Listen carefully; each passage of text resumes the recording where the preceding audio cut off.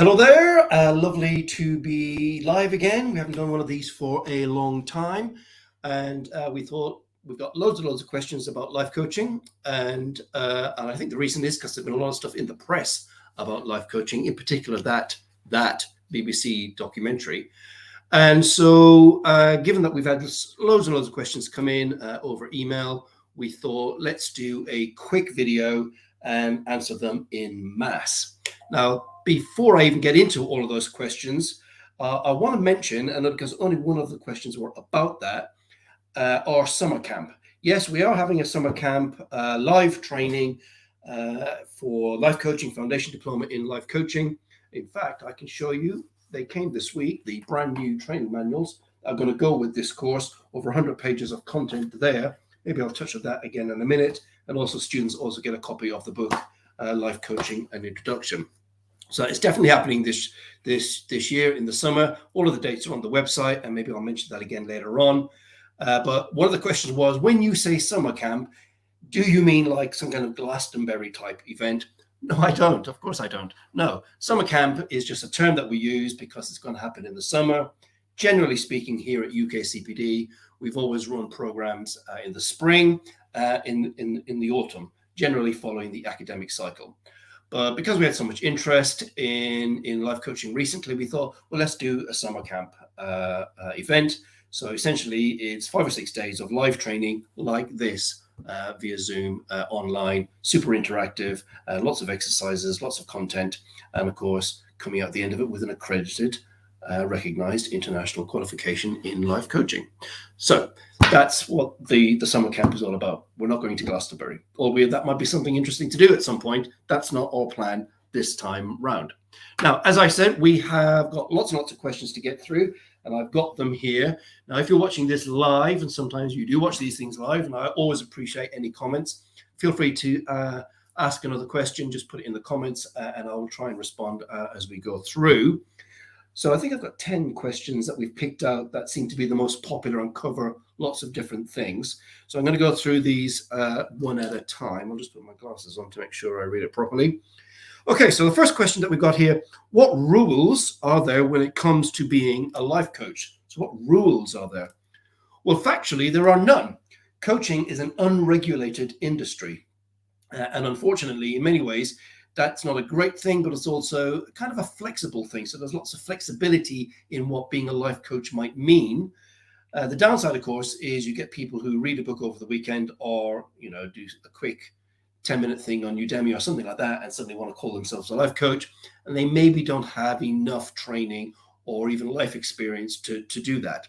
So there are no rules per se, but I'm going to suggest that's probably not a great way to set up a successful coaching practice because I think you'll come unstuck very, very quickly. So no rules as such, but we would strongly suggest that you get a recognized qualification from an organization that is accredited, is a member of a professional body, has a history over a period of time, and you can probably look up and see that they would have some kind of endorsements, testimonials, or people would give some kind of positive feedback, would be my thought. So no rules per se, but some common sense probably required. So that's the first question. So the second question is here, what is this? Do you need to be registered with anyone? Do you need to be registered with anyone? No, you do not need to be registered with anyone, again, because it's an unregulated industry. However, that said, I would strongly suggest that you do become a member of the professional body, because that is an indication really of A, your quality training, probably, and B, that it's probably an indicator to the person who's probably going to hire you that you're a professional person. Being a member of the professional body is a good thing because you're plugged into the industry, you're getting all of the updates, you know what's going on, lots of CPD and networking, with like-minded individuals. It's probably the right thing to do, would be my suggestion. Certainly all of the students that we put through here at UKCPD, we massively encourage that they join the professional body. In fact, we give them a discount to do so. That's what the Association for Coaching is the main professional body, from our opinion, here in the UK. So there are probably 3 main coaching professional bodies that you would recognize. There are lots of organizations that call themselves bodies or membership groups or something like that. But really, there are three main ones. So the first one, the main one here in the United Kingdom, would be the Association for Coaching. And they've been around for a long, long time. So John Whitmore was involved in the setting up of that. So you know it's credible, and they've got some really great people working there who support the coaching industry, both students and, of course, qualified coaches. Then the other one is that you might be familiar with, you might come across them, is the ICF, International Coaching Federation. So mostly North American, although they do have sort of a presence here in the UK and around the world. But primarily they're a North American organization. And then the other one that you'll probably come across is EMCC, European Coaching and Mentoring Council. More of a think tank in my model of the world, but they're a growing organization and they have links with academia quite a lot. But that said, even though they're three separate organizations, all three signed a concordant of understanding, and they work together to raise standards, both in accreditation for training and membership and all of those kind of things. So if you're a member of one, you probably could join the other if there was a requirement for some reason to do that. But as I say, the Association for Coaching is probably the main one here in the UK that you'll come across. So you don't have to register with them, but we would strongly recommend that you do. Now, the other one organization that comes up, because we obviously are members of it here, is the ANLP, the Association for NLP. And sometimes as a coach, you'll also be an NLP practitioner. And so you would be obviously a member of the ANLP. And again, we would highly recommend them as the main go-to voice of NLP here in the United Kingdom. So hopefully that covers that question. You don't need to be registered, but it's a sign of your professionalism if you are a member of one of the professional bodies.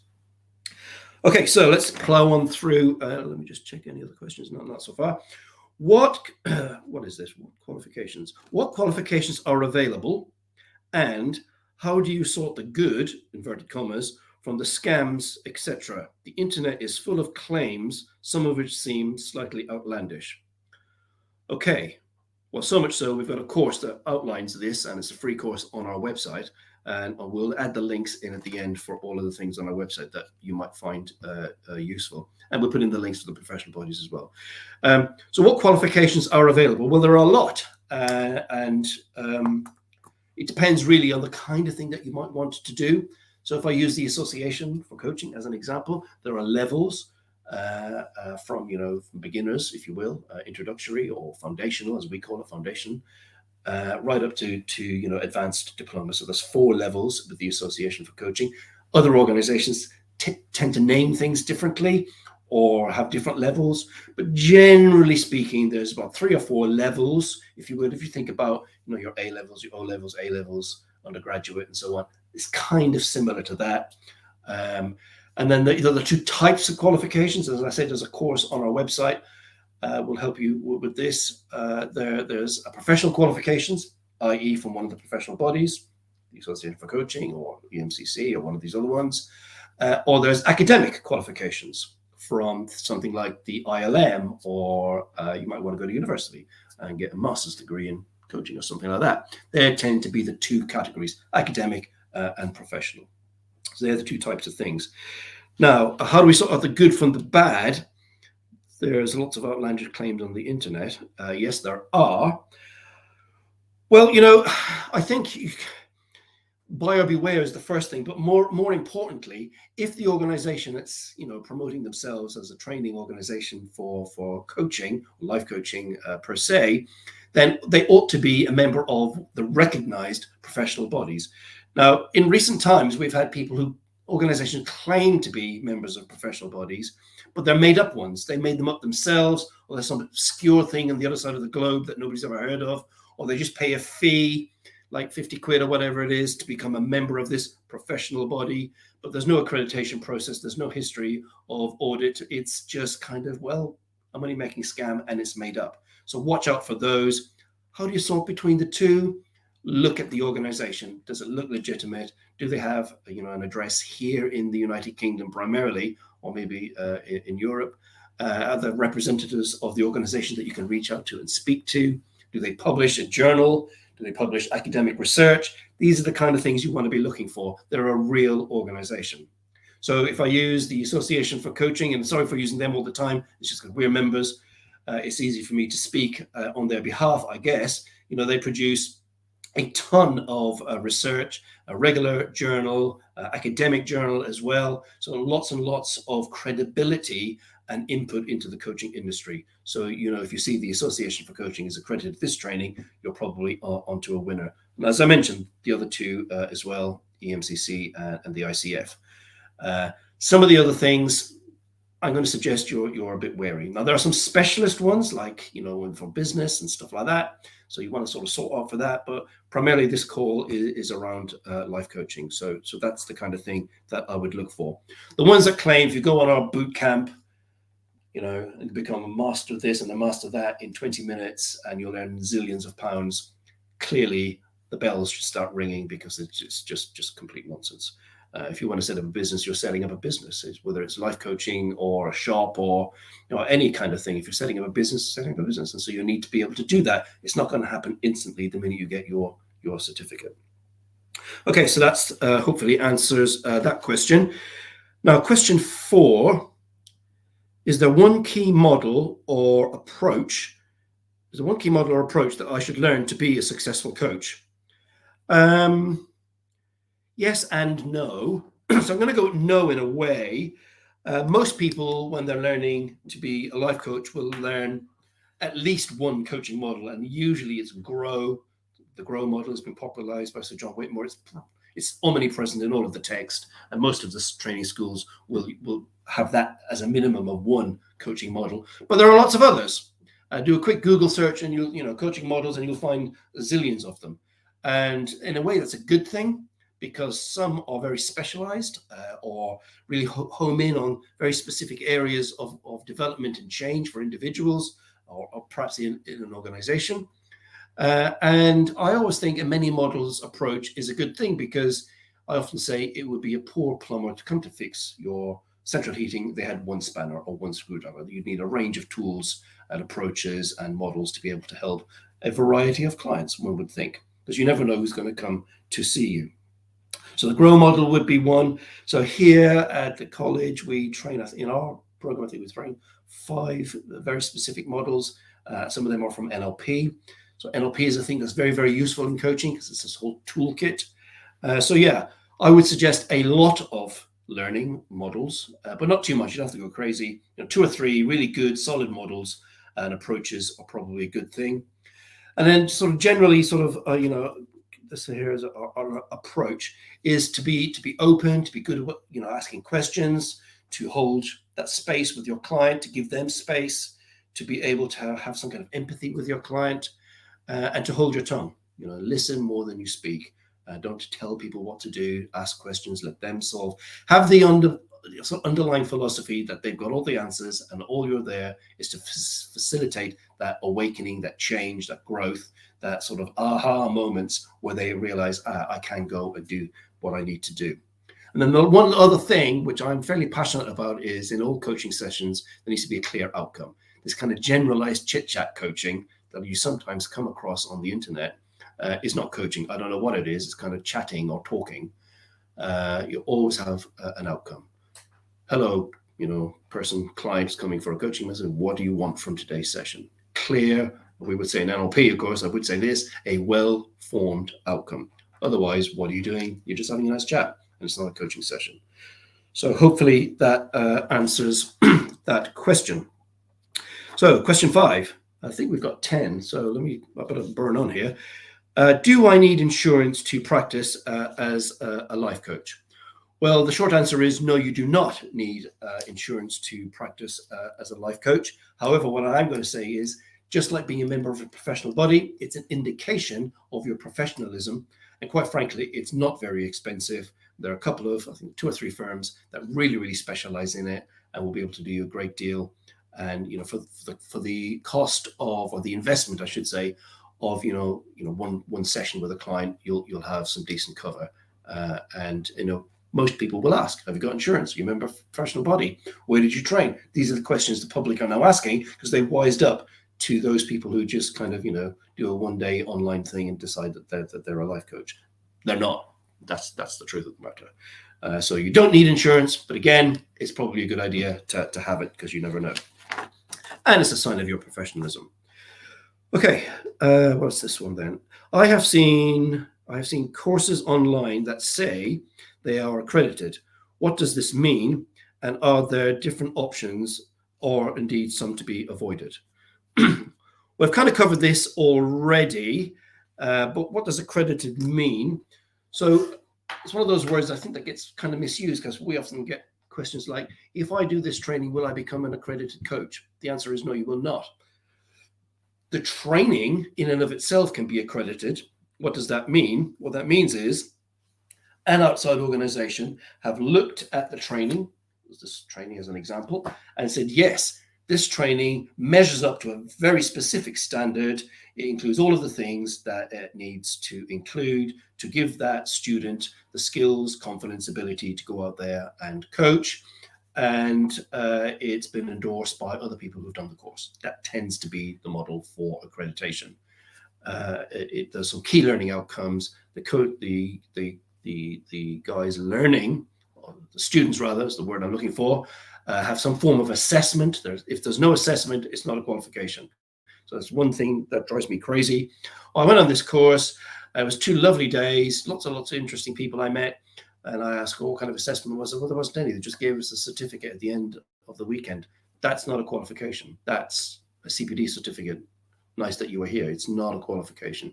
There has to be some form of formal assessment, written and practical demonstration of your skills, because otherwise it's not a qualification.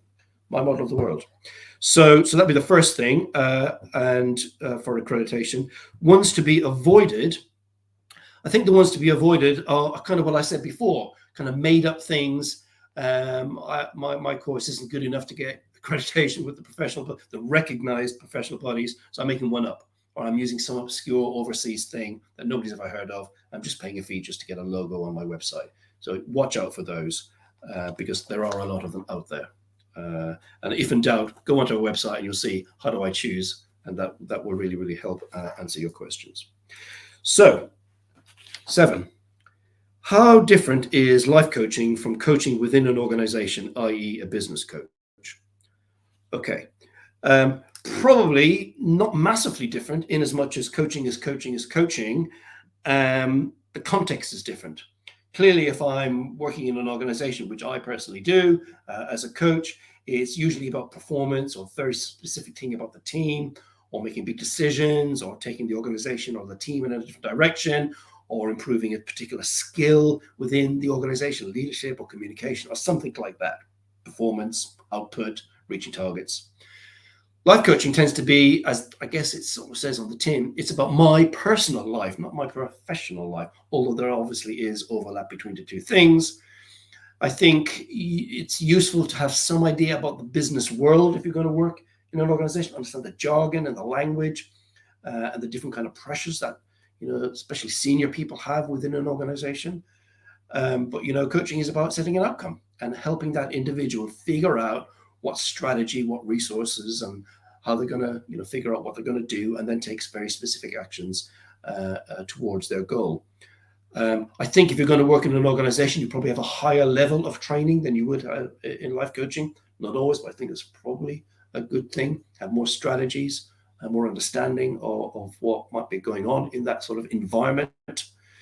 But either way, you need to be a great communicator in both contexts, and you need to be able to have empathy and ask powerful questions, and always get a well-formed outcome, a real clear direction of travel. So hopefully that answers that question. So the next one is online training as good as in-person training? Well, there's a question for you. So for 20 odd years, all our training was in person in the training center we had here in Swindon. And then, of course, COVID came along and turned the world upside down. So we obviously had to go online. Otherwise, there was courses halfway through and all of that kind of things. And what would we do? So we went online. Now, is it as good as? I don't think that's a fair question in a way. And I guess my personal view has changed over the last few years In the past, I would have instantly said, yes, of course, in-person training is better. Of course it is, of course, without a shadow of a doubt. But I think I've kind of changed my mind. I think it's not better or worse, it's different. It's just different. And there are advantages and there are disadvantages of both. I guess the simplest advantage of online training is that you can sit at home, turn your computer on, bam, you're there, and you don't have to worry about traveling and hotels and eating out and all of that cost. So that's one advantage, I suppose. And I guess that cuts down a lot of cost and time and all of those kind of things. It's immediate. I think most of the online organizations like ours record the sessions. So as an example, we record all of our training sessions and give the videos to the students so they can, recap, and it's a good resource to have going forward. But on the other hand, I guess if you really want to be in the presence of people and sort of feel the heat from the white of their eyes, then being in person is the thing too. So I think it really does depend on the individual, what they're looking for, ease of access, cost, of course, and their personal preference. I think that's the thing. One thing, because I'm not sure what this person means about online training, there's two types of online training, I suppose. There's live online training, or as my colleague says, virtual, although I hate that word because it makes you think it's not real. So live online training, like I'm speaking right now via Zoom or other sort of platform, or pre-recorded. So pre-recorded, just watching videos. They're very different things. They're both online, but they're very, very different things. So live training, so our live training on Zoom, we use Zoom as our training platform, is super interactive. And over the last few years since COVID, we've learned to make it as close to being in the classroom as you possibly can. So it's very, very interactive. And we're also familiar with it now and used to it. We really think we've mastered that skill. Whereas, pre-recorded watching videos, passively watching a video kind of is a very different learning experience. So, watching videos can be useful training things, and they're useful as a kind of an add-on or a support. We use some videos as pre-study content, as an example, just to get you ready for the training.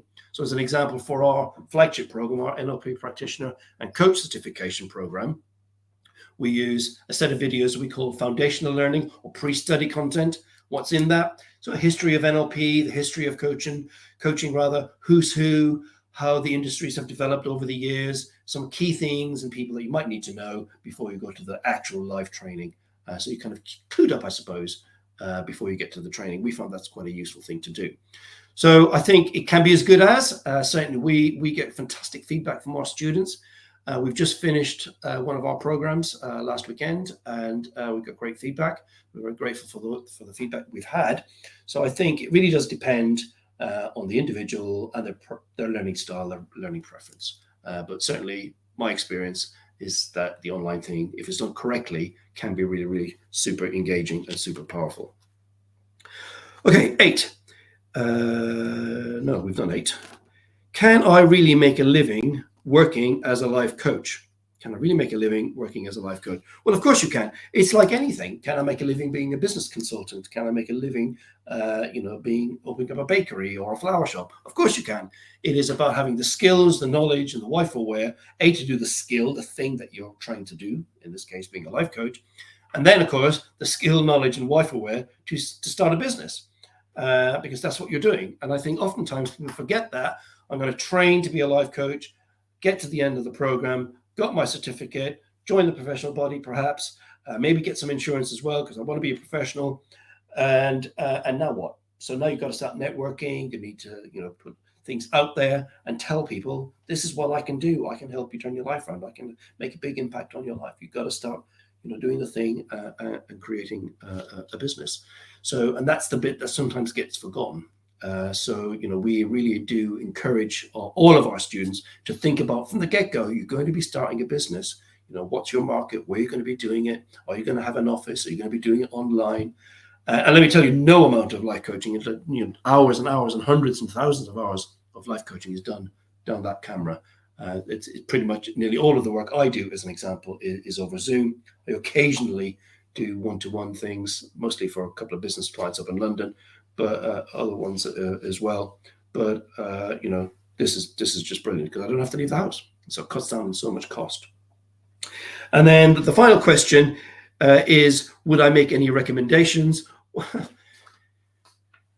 I'm not going to say, well, us, but I mean, that just seems a little bit redundant. So yes, the recommendation was to always find a credible program that's accredited by one of the main professional bodies. I'll outline what they are already in the comments. If you're watching on YouTube, we'll put all the stuff below so that you'll be able to see that, all the links to the professional bodies and so on. So we'll do all of that.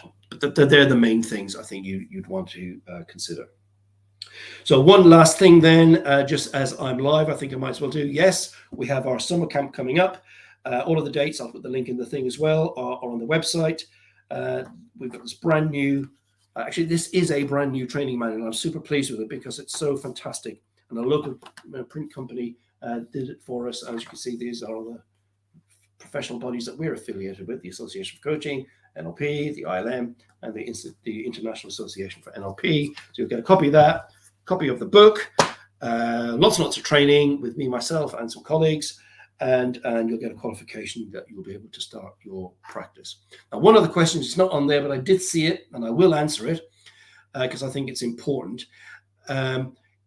I'm interested in coaching. I think the question was, I'm interested in the idea of coaching, but I don't want to be a life coach per se.